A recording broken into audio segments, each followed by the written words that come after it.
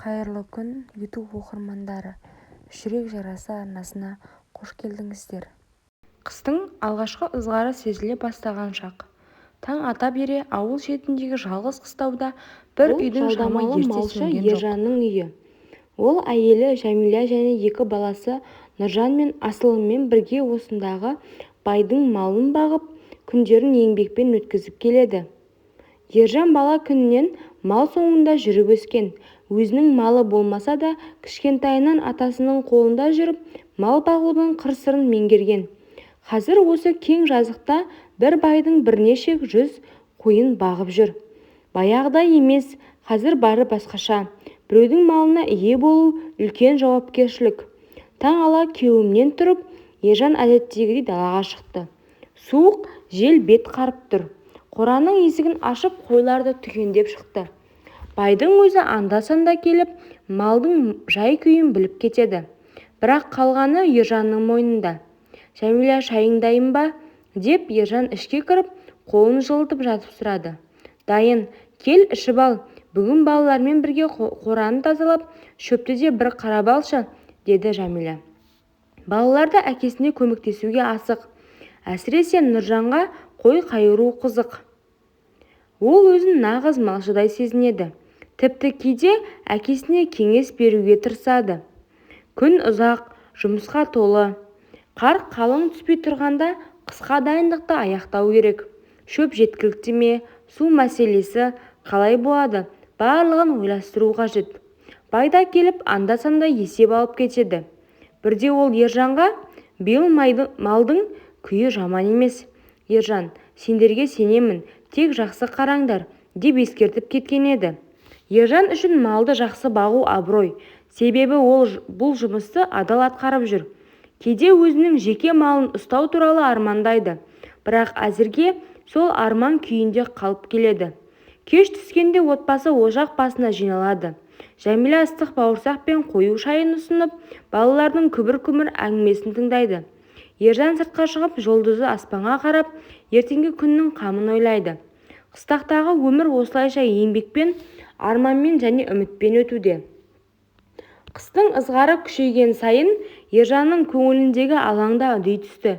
Көп жылдан бері байдың малын бағып, қыстауын паналап жүргенімен өзіне бұйырғаны тек адал еңбек пен аз-маз ақы ғана. Қашанғы біреудің малын бағамын деп кейде ішінен күбірлейтін. Бірақ соңғы уақытта ол адал еңбектен пайда жоқ екенін түсіне бастағандай. Биыл бай қыстық шөпті молынан түсіріп берген.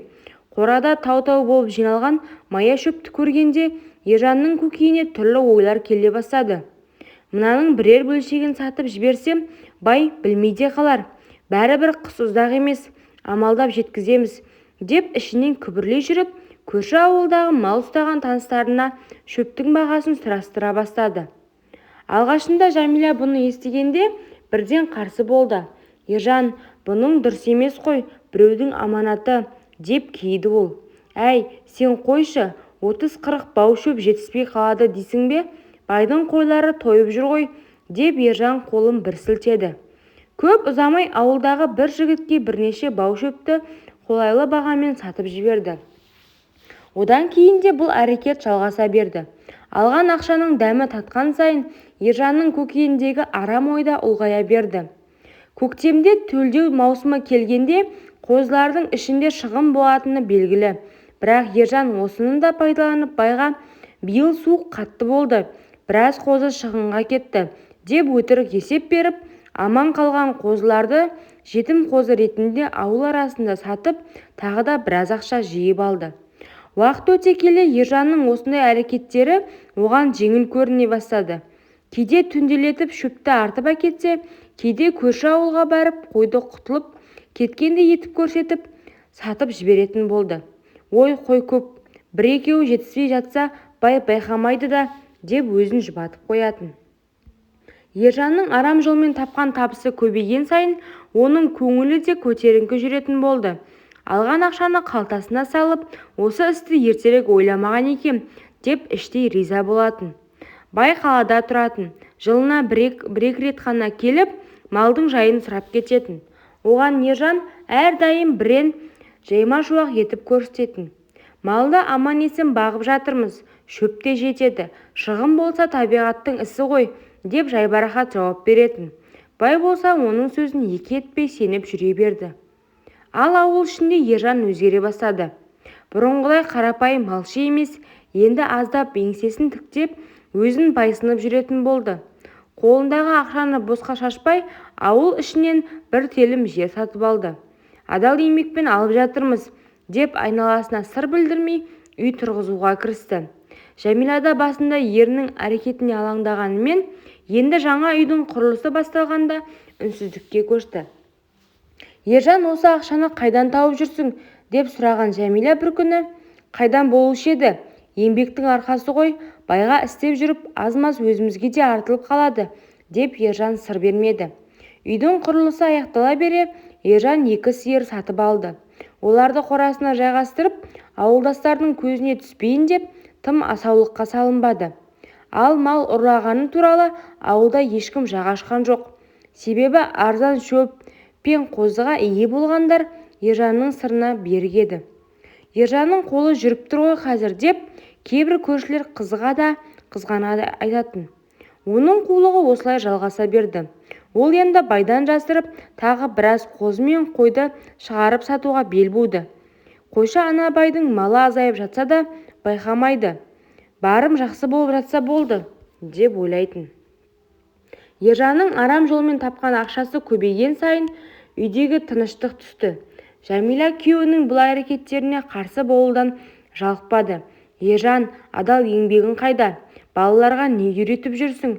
Деп қайта-қайта айтқан сайын Ержанның ашуы ұлғая беретін. Ақыры ол ойластырып, Жәмила мен қызын жаңа соққан үйіне орналастырып, өзіне кедергі келтірмеудің амалын тапты. Жәмила, сен асылымды алып ауылдағы жаңа үйде тұр. Бұл жақтың бейнеті сендерге ауыр. Анау сиырларды да қарарсың, деді Ержан бір күні. Жәмила бұл шешімге бірден келісе қоймаса да, балаларының қамын ойлап амалсыз көшті. Бірақ күйеуінің іс-әрекетінен күмәндануын тоқтатпады. Ол анда-санда отарға келіп Ержанға ақылын айтып ұрсып кететін. Ержанға бұл ұнаған жоқ. Қалайда Жәмиланың жиі келуін тоқтату керек болды. Сол үшін ол алыс ауылда тұратын қарт анасын жаңа үйге келіп Жәмиланың қолына табыстады. Анама қарап үйдің шаруасын реттеп отыр. Ал мұнда келіп мазамды алма, деді ол суық үнмен. Қарт анасы келгелі бері Жәмиланың ойы екіге бөлінді. Ана кісі қартайып әлсіз болғандықтан оған қарау Жәмиланың мойнына түсті. Ол енді малға көп араласа алмай, үйдің ішінде шай қойып, анасының жағдайын жасап, сиырларын бағып күнін өткізетін болды. Ал Ержан болса, Нұржан екеуі отарда қалды. Баласы Нұржан мал бағуға әбден бейімделіп, әкесінің айтқанын екі етпейтін. Бірақ Ержан ұлының адалдығына сенімді болса да, кей нәрселерді білдіртпеуге тырысты. Әке, мына қойлар азайып бара жатқан сияқты ғой, деп сұраған бірден Нұржан. Әй, қойшы соны, есепті мен білемін. Саған тек айтқанымды орындасаң болды, деп Ержан қатқыл сөйледі. Ержанның қолындағы ақша көбейген сайын, ол бұрынғыдан да ашкөз бола түсті. Арам жолмен келген табысқа әбден масайып, енді өмірді тек байлық пен пайда тұрғысынан бағалайтын болды. Ақша болса бәрі болады деген ой санасына әбден сіңіп, айналасындағы адамдарды да соған көндіруге тырысты. Нұржан кішкентайынан әкесінің қасында жүріп, мал бағуды ғана емес, айла мен қулықты да үйрене бастады. Ержан оған бұл өмірде адалдықпен ешкім байыған емес. Бай болам десең, басқалардан ақылды болуың керек, деп үйретуден жалықпады. Нұржан да әкесінің айтқанының көкейіне түсіп, адамдардың әлсіздігін, олардың ақшаға тәуелді екенін ерте түсінді. Ол да бірте-бірте ақшаның буына еніп, өзінен төмендерді басынуға, пайда үшін ештеңеден тайынбауға бейімделе бастады. Бір күні Ержан ұлына, балам, ана бастықсымақ біраз сауынды сиыр әкелем деп кетті. Соған анаңды қайта алдыр деп кетті. Анаң келсе бізге кедергі болады. Сондықтан бізге жалдамалы құл керек деді. Солай ойлана келе, Ержан ауылда жетім қызды асырап отырған бір жағдайы төмен отбасы барын естіді. Олар күндерін әрең көріп отырған бейшара жандар еді. Ержан көп ойланбастан сол отбасының есігін қақты. Қыздарың бойжетіп қалыпты, оған жақсы өмір керек. Менің ұлыма лайық жар болады.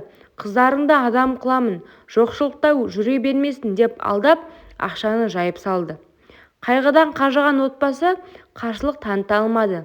Ақшаның жетіспеушілігінен көз ашпаған олар бұл үшін бір ұсыныс жағынан құтқарғандай көрінді.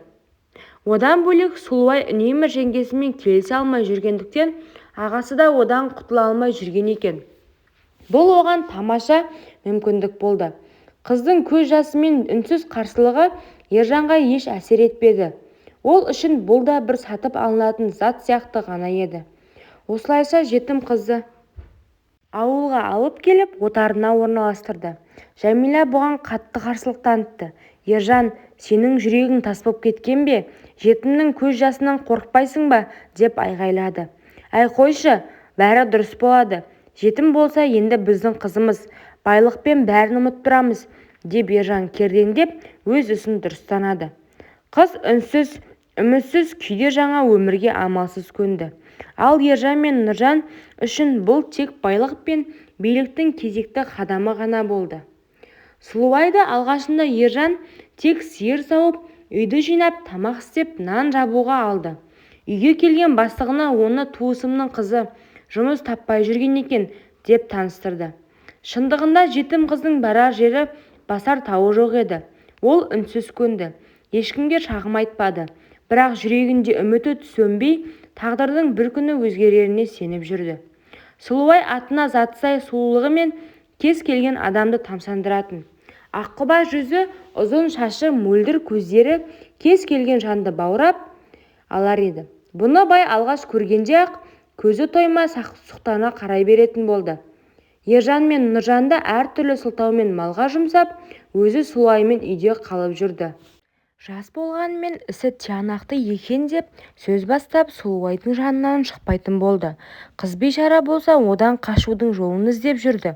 Бір күні сәті түсіп, аға, мен бұл үйде амалсыз тұрып жатырмын. Ержанның туысы емеспін, жетім қызбын.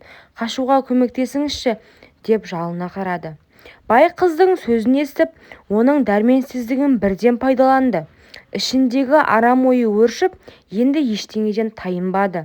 Сенің барар жерің жоқ, мұнда сенің қамыңды мен ойлаймын, деп бай Сұлуайдың әлсіздігін пайдаланып, көз жасына қарамастан оның пәктігін тартып алды.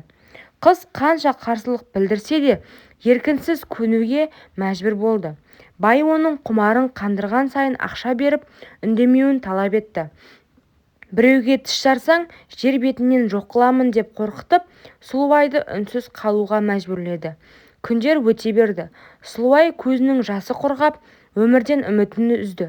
Ал бай болса анда-санда келіп, оны ермек қылып, қомақта ақша тастап кететін болды. Ержан болса, бұл қарым-қатынасты байқаса да, байдың көңілі тоқ болса, менің де жағдайым жақсы, деп іштей қуанып жүрді. Және де Сұлуайдың ақшасын да қалтасына басып жүрді. Сұлуайдың көзіндегі мұңды Жәмила да аңғарды.